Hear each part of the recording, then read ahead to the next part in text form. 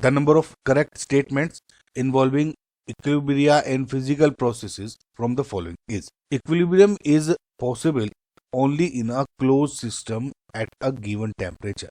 So guys देखिए, इसका मतलब ये है, अगर आप थोड़ा उस टर्म्स में देखें कि जब इक्विलिब्रियम को अटेन करना है तो इसका मतलब ये है कि जो आपका सिस्टम है क्लोज सिस्टम हो गया, इसका मतलब ये हो गया आपका जो सिस्टम है is isolated from its surroundings.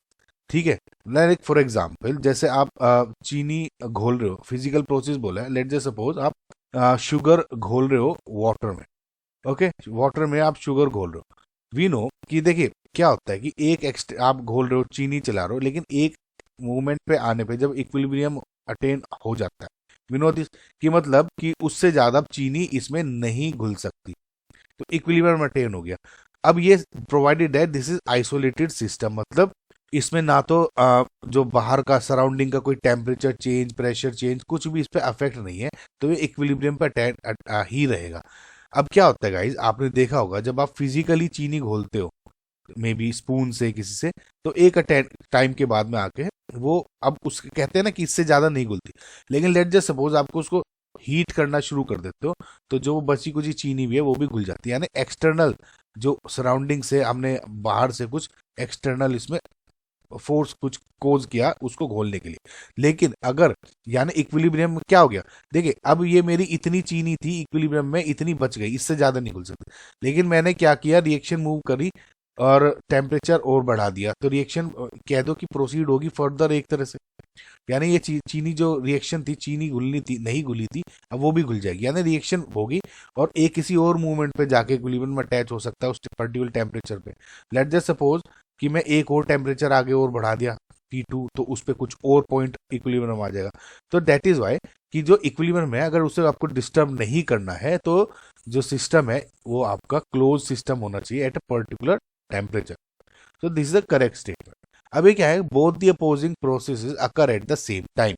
इसका मतलब क्या है कि जब आपको कोई इक्विलिब्रियम होना है, इक्विलिब्रियम को अटेन करना है, सबसे पहले तो गाइज इक्विलिब्रियम का मतलब क्या होता है? इक्विलिब्रियम का मतलब ये नहीं होता कि आपके अब सिस्टम रुक गया एक इक्विलिब्रियम पॉइंट पे आने के बाद, है ना। इसका मतलब ये नहीं है कि वो आपका इक्विलिब्रियम जो रिएक्शन थी वो रुक गई, it doesn't stop, it just like कि जितना इफेक्ट आप फॉरवर्ड रिएक्शन में डाल रहे हो उतना ही आपका बैकवर्ड में होता है। रिएक्शन कंटिन्यूस चलती रहती है, लेकिन जो आपने एक तरह से आप सोचो कि जितना आपने रिएक्शन फॉरवर्ड करी उतना ही पीछे हो गई, तो ओवरऑल क्या लगता है कि सिस्टम रिएक्शन रुक गई, लेकिन एक्चुअली में रिएक्शन नहीं रुकती, है ना। यानी ये रेट और ये rate should be equal. Okay, so both the opposing forces occur at the same rate. मतलब देखिए क्या होता है इक्विलिब्रियम में, क्या है कि जो रिएक्शंस होती है डायनामिक हो गई, रिएक्शन बढ़ती जा रही है और स्टेबल कंडीशन अटेन करने के लिए रेट जो है और बैकवर्ड का दोनों का सेम होना चाहिए, अपोजिंग जो प्रोसेस है वो सेम होना चाहिए। तो this is also correct state. अब तीसरा है, when equilibrium is attend at a given temperature the value of all it's parameters became equal.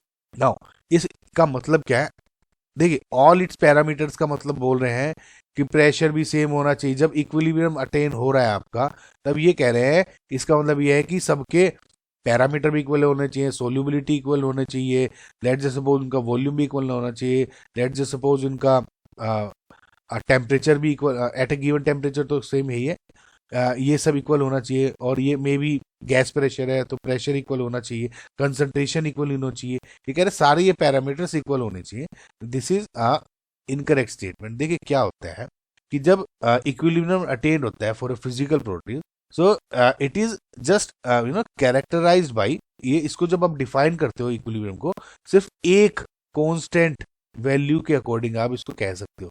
May be जब मैं इक्विलिब्रियम करता हूं तो मैं कहता हूं कि सबकी जो कंसंट्रेशन है अब वो चेंज नहीं हो रही है, ठीक है। या मैं कह दूं जब गैस की बात करते हैं कि जो प्रेशर है अब इनका चेंज नहीं हो रहा है, समझ रहे हो आप।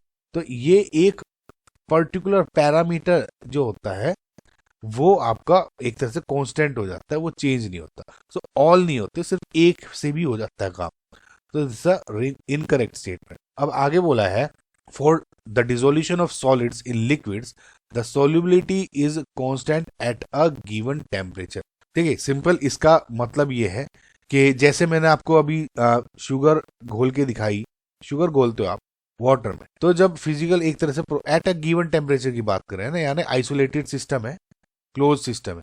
जब आप चीनी को घोल रहे हो घोल रहे हो घोल रहे हो, एक मोमेंट पे आके बेस्ड ऑन आपकी जो सारी कंडीशंस होती हैं उसके अकॉर्डिंग एक पर्टिकुलर पॉइंट पे आके जो चीनी है ये घुलनी बंद हो जाती है, ये उतना ही पॉइंट बढ़ जाता है। ठीक है, इसका मतलब कि अब कितना ये सोल्यूबल होगी शुगर इन वाटर, ये फिक्स है। यानी जो सोल्यूबिलिटी हुई अब शुगर की in at a particular temperature is fixed.